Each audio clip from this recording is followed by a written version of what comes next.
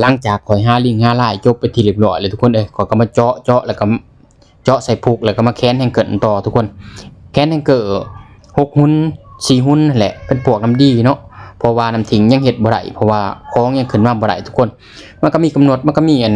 กฎเกณฑ์ของเขาเนาะเฮ็ดเวรงานอยู่นี่ก็คือเฮาสิเอาเขาเอาของขึ้นก็ต้องแจ้งล่วงหน้าเขาก่อนมื้อนึงทุกคนเพราะว่าการใช้ลิฟต์แต่ละมื้อแต่ละวันนี่ก็คนมันหลายเนาะสร้างมันหลายหั่นทุกคนเขาก็บางครั้งก็มี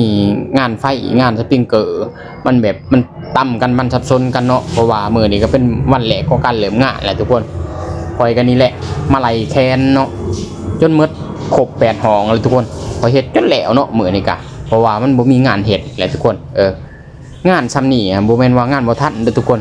เป็นยังเซาเอ็นจะเกินก่อนเนาะเพราะว่าข้าวของก็บ่มีเนาะมันสะสมเวลาก็ไปเทศน้ำนะทุกคนพอเทศน้ำกำลังแล้วก็บ่ทันขึ้นทุกคนรอของถาของอีกเนาะเพื่อสิได้ขึ้นของก็บ่แม่นของง่ายเด้อพี่น้องต้องใช้เวลาคือกันเนาะคือของนี่ข่อยไปเบิกก็ต้องไปเบิกอยู่ตึก4เนาะชั้น8เพื่อสิมาเฮ็ดอยู่ตึก A ชั้น17ข่อยเฮ็ดนี่เนาะ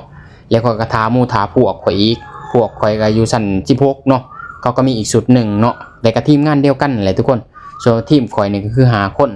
ข่อยกับลูกพี่เพิ่นเนาะข่อยก็เอาอยู่8ห้องแล้วลูกพี่เพิ่นเอาอยู่12ห้องทุกคนชั้นนึงมันมี20ห้องนี่แหละงานคอนโดสร้างหนุ่มมักเฮ็ดก็คือว่าระบบระเบียบมันก็เป็นระบบระเบียบคือเก่าทุกคนแล้วก็แบบแผนมันก็คือเก่าหมดเนาะการเดินถอกเดินทอลิงลายยังคือเก่าหมดทุกคน